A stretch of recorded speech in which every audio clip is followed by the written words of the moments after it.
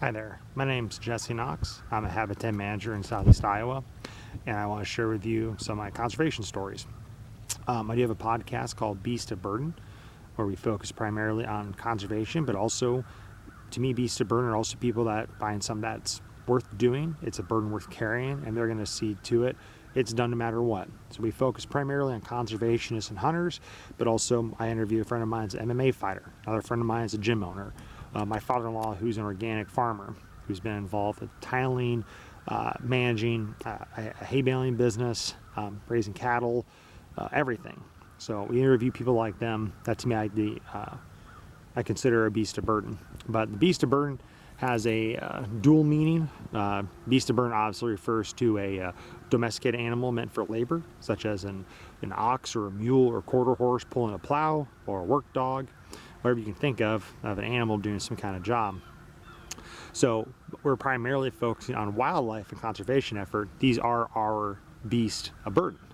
But also, my father's family farm back in Lapeer County, Michigan, my dad was Paul Knox. To some whitetail hunters in the Midwest, they probably know who he is. He was a really well-known whitetail manager in Iowa. But when he was a kid growing up in Lapeer County, his family farm symbol was the Dbltree.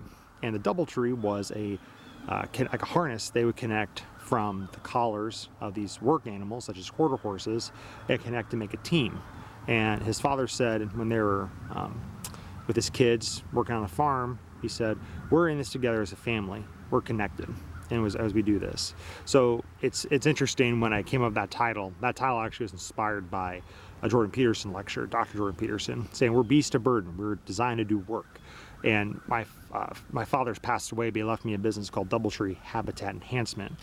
And he chose the name Dbltree because that was his username, and also just that moniker stuck with him as a reminder where he came from, the farm, but also he just always liked that connection as a family. So it's funny when I came up with that podcast name, that technically Dbltree goes very well with Beast of Burden. So, but I've been doing the podcast since 2020, and we got about 120 episodes. Some of them are terrible.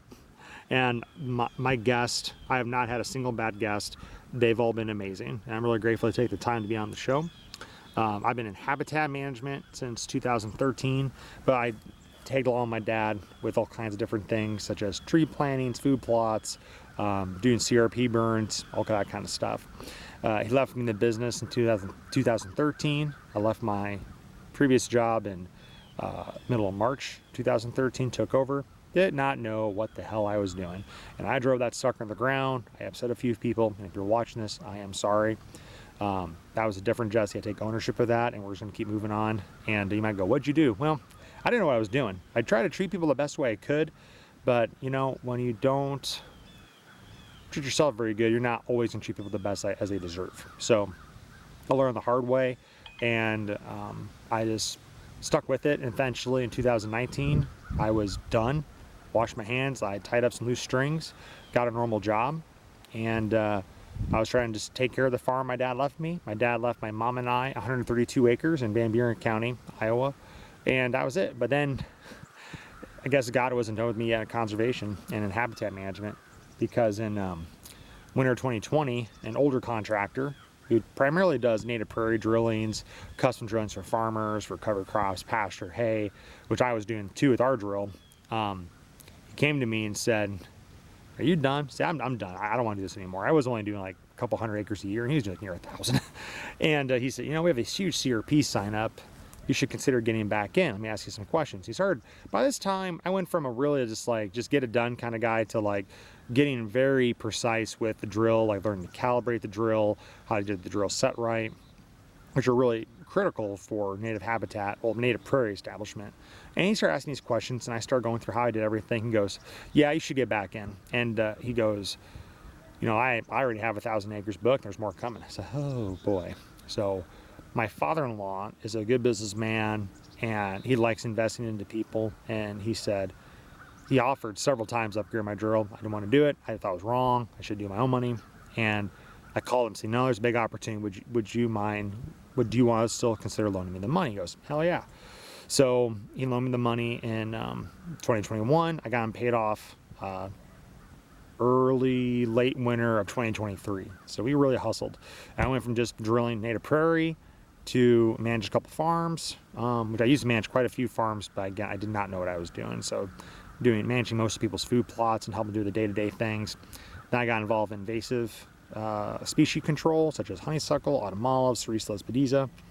And then I've gotten more back into forestry management. I used to be a hinge cut warrior, just drop hinge cut left and right. That's what my dad taught me to. And then it's like, well, it's not always the best technique everywhere. And anymore, I'm kind of like, I don't think it's a good technique anymore at all. Now we'll talk about later videos.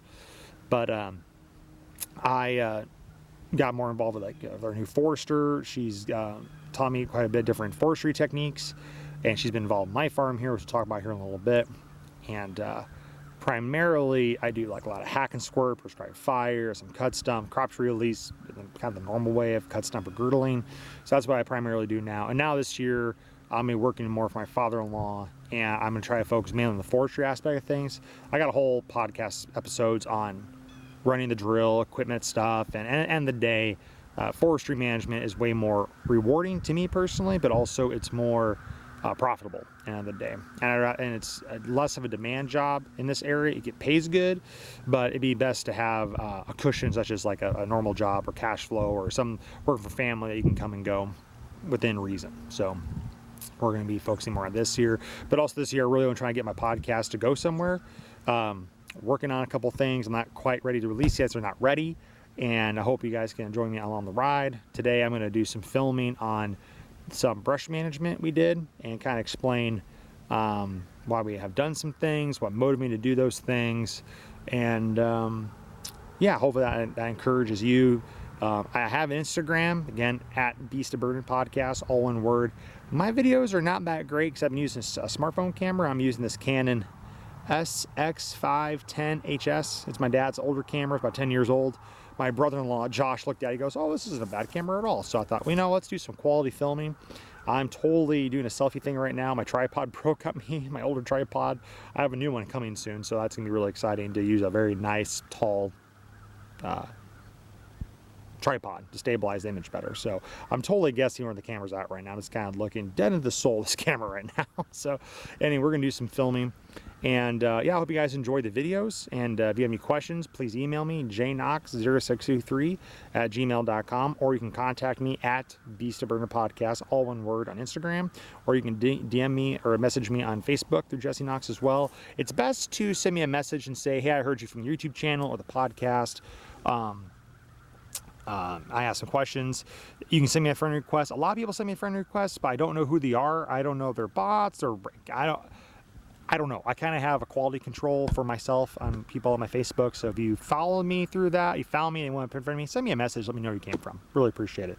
Well, guys, that's my brief introduction. You'll hear more from me in the future. Hopefully hear more on the podcast. And let's get to work here.